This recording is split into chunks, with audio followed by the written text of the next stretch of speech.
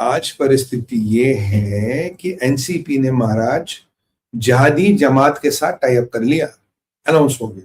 ये जो लड़के थे, जो लिबरेटर थे, ये जो अल्टरनेट पॉलिटिक्स वाले थे, जो जेन जी वाले थे, ये जो बांग्लादेश के खुदा थे, इन्होंने जमात की गोद में जाके बैठ गया। जमात वाले इनका सर सहला रहे। ये जमात वाले वही है जिन्होंने पाकिस्तान की फौज के साथ मिलकर वहां बलात्कार किए थे। जमात वाले वही है जिन्होंने बांग्लादेश के आइडिया को नकारा था। जमात वाले वही है जिन्होंने महिलाओं के साथ कितना अभद्र व्यवहार किया। वही है जिन्होंने हिंदुओं का शोषण प्रताड़न किया। और ये वही लोग हैं जो बांग्लादेश के भी नहीं हो पाए। ये वही लोग हैं जिनके दिमाग में अब भी जहाद और जहादी पना भरा है। ये वही लोगों के साथ, यानी कि कहते हैं ना कि पारे को अलग अलग कीजिएगा, मरकरी को जैसे मौका मिलता पारा एक में दूसरे में जुड़ जाता। ये लड़के भी तो इन्हीं का पार्ट थे, इन्हीं के स्टूडेंट भी थे।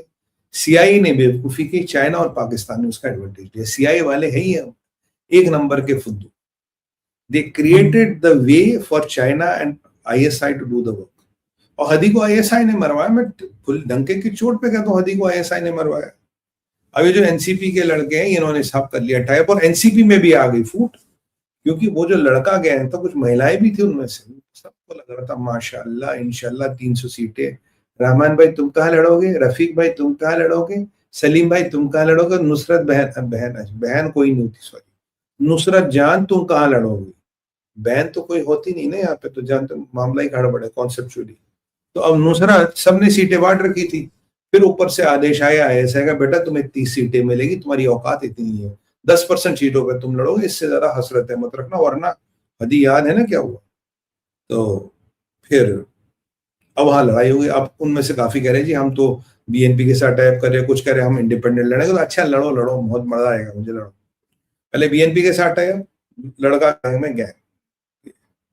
आज की हालत ये है कि कोई आलम है, शमसुल आलम या व्हाटएवर, इनके विदेश मंत्रालय का प्रवक्ता है, आलम साहब फरमा रहे हैं कि भारत तुम बताओ तुम्हारी माइनॉरिटीज के साथ क्या हो रहा है। ये जो मंडल के साथ हुआ है, जो दास के साथ, ये तो वन ऑड इंसिडेंट है, ये स्पोरेडिक इंसिडेंट्स है, इनको कोई किसका कोई कम्युनल एंगल नहीं, इस पे कुछ नहीं हुआ है। या इनके मंडल और दास जैसे लोगों को तो मारते ही रहते हैं, रोज मारते रहेंगे, ये तो बस रोज का काम है, ये तो हमारा आज का सूप ऑफ द डे है। ये कोई इसको रिलीजियस एंगल से मत डोला जाए। मैं पूछूंगा आलम से, 2900 केस तुम्हारे यहां दर्ज है, 2445 केस रिलीजियस हेट के, और 350 केस बलात्कार के, और उसके अलावा घर जलाने के, मंदिर जलाने के, दुकान फूकने के अनगिनत केस। और आलम तुम हमें कह रहे हो कि तुम माइनॉरिटीज के साथ ये करे। पता प्रॉब्लम क्या, प्रॉब्लम ये है चीटी के पर निकला है। प्रॉब्लम ये है हमने इन छोटे मोटे टिन्नी मिनी जहादियों को बहुत सर पे चढ़ा रखा। मैं कह रहा हूं भारतीय सेना को आदेश दीजिए, कल मैंने टी पे भी कहा, 24 घंटे में ना 48 घंटे में इस यूनिस को कॉलर से उठा के, पुलिस वाले हमारे उठाते ना पेंट से, हमारी आर्मी कॉलर से पकड़ते हुए घसीटते हुए से कलकत्ता लाएगी। इस जहादियों को तवाटे दाल का पता चलाएगा ये छोटे मोटे कीड़े हैं। इन कीड़ों से हमारी सरकार को भी समझना चाहिए कि आप कीड़ों से राजनीतिक दाव पेच नहीं कर सकते। दे आर नॉट मैन, ये जहादी है। ये सारे वही जमात के चट्टे बट्टे, जमात का यूथ विंग है। और ये जो यूनिस है, ये ऊपर बैठा है वो स्केयर क्रो, इसके हाथ में कुछ नहीं है। कल शेख हसीना ने कहा था सीखा जहादी का रनिंग यूनिस, ये कोई शेख हसीना जैसी गवर्नमेंट नहीं, वहां लीडर और मिनिस्टर सारे लड़के गए। और तुम्हारी इतनी हिम्मत, कह रहे कि भारत में मुसलमानों के साथ बड़ा उत्पीड़न हो रहा है या क्रिश्चियनों के साथ ऐसा हो रहा है। तुमने क्रिसमस में क्रिश्चियनों को क्रिसमस नहीं मनाने दिया, और यहाँ ये हो गया, यहाँ हो गया। कितने लोग अब मेरे चैनल पे हो गए जो क्रिसमस हो गए, बता भाई कहाँ क्रिसमस में क्या हुआ। और मैं आपको अगर नंबर बताऊं, यहां तो अभी सेंसस आया था, मुसलमानों की आबादी लगभग 1.5 गुना हुई और हिंदुओं की आबादी घटी है। मुसलमानों की आबादी पार्टीशन के बाद आज डबल हुई, और हिंदुओं की आबादी बांग्लादेश में 28% से 8% हो गई। और ये कह रहे कि क्या हुआ, ये कह रहे क्या हुआ, तुम हम नहीं, किस क्रिश्चियन के साथ शोषण उत्पीड़न हुआ। अरे क्रिश्चियन तो हमारे भाई हैं, किस क्रिश्चियन के साथ कुछ हुआ। हमें गर्व है अपनी क्रिश्चियन कम्युनिटी में। 1.2% क्रिश्चियन थे, आज 1.7%। अगर आजादी के बाद कोई घटा है वो हिंदू की आबादी घटी है। मुसलमान की भी बढ़ी है, क्रिश्चियन की भी बढ़ी है, सबकी बढ़ी है। भारत को तो मेल्टिंग पॉट ऑफ रिलीजन्स कह रहा। जब मैं बांग्लादेशी हिंदू की बात करूं, मैं कह रहा हूं बांग्लादेशी सिख, बांग्लादेशी बौद्ध, बांग्लादेशी जैन और बांग्लादेशी पारसी और बांग्लादेशी क्रिश्चियन भाई वो आना चाहिए, उसका भी हार्दिक स्वागत है। तो ये आपने जो बकवास कर रखे, ये देखिए क्या कहते हैं, ये कहता है जिस थाली में खाना उसी में थूकना।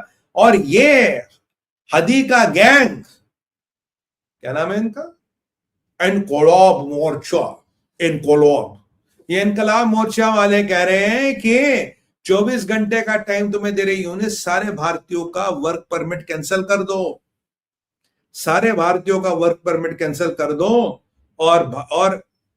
और हम तुम्हें एक कुछ टाइम देते हैं कि ये जितने भी लोग हदी के मर्डर में इन्वॉल्व थे, परपेट्रेटर, सपोर्टर्स, उनको जाके उनको 1 महीने में उनको सजा दो, उनको फांसी चढ़ा दो, नहीं तो तुम्हारे लिए ठीक नहीं। और 24 घंटे का टाइम दिया भारत के लोगों का वीजा, वर्क परमिट कैंसिल करने के लिए। यानी कि आपका बांग्लादेश जाना भी ठीक नहीं है, आपका बांग्लादेश जाना भी सेफ नहीं है। अगर वर्क परमिट हो या वीजा हो, कुछ भी आपके साथ हो सकता है।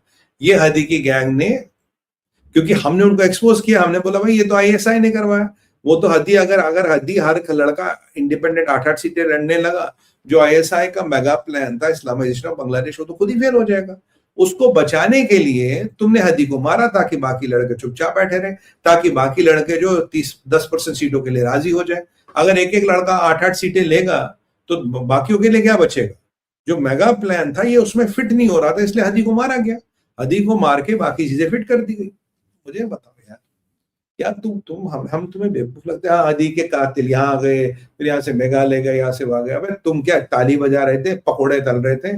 ये वही वाली बात है जब गलती से ब्रह्मोस पाकिस्तान में DGISPR कह रहा था, ब्रह्मोस यहाँ आया, फिर यहाँ गया, फिर 2 घंटे 72 सेकंड में कहा मियाँ जी 2 मिनट 72 सेकंड नहीं होते, वो तो 3 मिनट कुछ सेकंड होते। चलो उसने कहा, मैंने एक पाकिस्तानी चैनल पर जाता था, आजकल तो मैं जाता नहीं, बहुत साल हो गया, मैंने बंद कर दिया।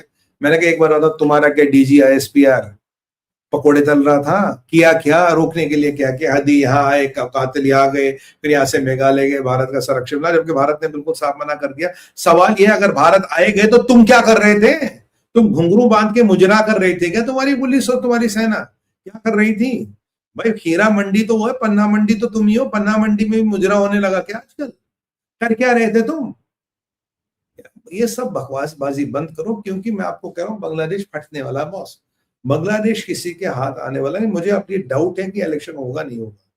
तो ये वहां का माइनॉरिटी कार्ड इन्होंने खेल दिया, और ये जी वहां ये हो रहा, जी ये हो रहा। मैं आपको बताऊं, भारत में जितने रिलीजन है उतने रिलीजन दुनिया में किसी कंट्री में नहीं है। Bharat is called the melting pot of religion. यहाँ जैन, बौद्ध, हिंदू, मुस्लिम, सिख, ईसाई सारे लोग रहते हैं। दुनिया के जितने रिलीजन भारत में उतने तो कहीं नहीं है। मुझे ये कंट्री दिखाओ जहाँ इतने रिलीजन हो और इतनी हारमोनी हो। क्योंकि भारत और तुम में एक फर्क है, जहादियों। भारत में जहादी नहीं रहते, तुम्हारे यहां सबके सब जहादी है। और भाई माफ कीजिएगा, जो आलू प्याज टमाटर वाली डिप्लोमेसी अब काम नहीं आने वाली। मैं बार बार कह रहा हूं कि व्हाट इज माय एश्योरिटी, एक बेनगाजी जैसी परिस्थिति नहीं होगी वहां। अगर बेनगाजी जैसी परिस्थिति है बॉस, ईंट से ईंट बजानी पड़ेगी। आज पता है छोटा मोटा टिन्नी मिन्नी क्यों बोल रहा? टिन्नी मिन्नी से बोला हमने यूनिस का कॉलर पकड़ के उसको सेना को भेज के कलकत्ता नहीं बुलवाया। आप भेज दीजिए, एक बार बुलाइए, देखिए कैसे लाइन पे आ जाता है। अब बाकी वो उस्मानी कह रहा था बांग्लादेश पे हमला करोगे तो हम तुम पे हमला करेंगे। अबे उस्मानी जाके अपनी अम्मा से पूछ तेरे अब्बा का असली नाम क्या है। जिस दिन वो नाम पता आ जाए फिर बताना हमला कौन किसके पड़ेगा। तुम्हारे यहाँ तो ये नहीं पता ना अब्बा कौन है। अब क्या पता यार, मतलब चेन बड़ी लंबी होती है। अब वो बीच में पता नहीं क्या क्या सिस्टम चलते हो तुम्हारे यहाँ पाकिस्तान में। तो पहले अपनी अम्मा से पूछ तेरे अब्बा का नाम क्या है, फिर हमें धमकी देना उस्मानी। तो ये बॉस इनकी ये असली कहानी है। ये इन्होंने कार्ड खेला ये, क्योंकि भारत इनसे पेश, मैं कह रहा हूं वर्क परमिट बंद कर दे, कल इनकी बिजली बंद कर दो, आधा बांग्लादेश अंधेरे में मर जाएगा। अबे औकात नहीं है, 6000 आइटम यहां से जाते। कुपोषित समाज, कुपोषित जहादी, कुपोषित सेना, 90% कुपोषण था, 40% पे आ गया कटसी भारत। जिंदा हो, खाना पी रहे हो, भारत के बदौलत कर रहे हो, और आप भारत को दिखा रहे हो कि तुम्हारे यहाँ ये हो रहा, तुम्हारे यहाँ हो रहा। क्योंकि हमने बहुत बड़ा लेवरेज दे रखी, बहुत खुली छूट दे रखी है। इन जहादियों को टांगना शुरू कर दो ना, लाइन से बाकी सब गायब हो जाएंगे, दिखेंगे भी नहीं आपको। इनकी औकात, इन लोंडों की औकात तो देखी ना, जमात की चाट रहे थे बैठ के। जमात के फेंके हुए टुकड़ों पे तो चुनाव लड़ रहे, 1.5 करोड़ टका पे 30 सीटों पे चुनाव लड़ रहे। बांग्लादेश के बादशाह कहते थे अपने आप को। औकात तो मैं तुम्हें दिख गई ना बेटा, तुम्हारी औकात कितनी है। वो हसनत अब्दुल्ला कहते हो, नाहिद इस्लाम, ये जो जितने भी ये लड़के थे, वॉट एवर बेटा, तुम्हारी औकात है, तुम CIA के यूज एंड थ्रो डाइपर हो। तुम्हारी औकात उतनी है, यूज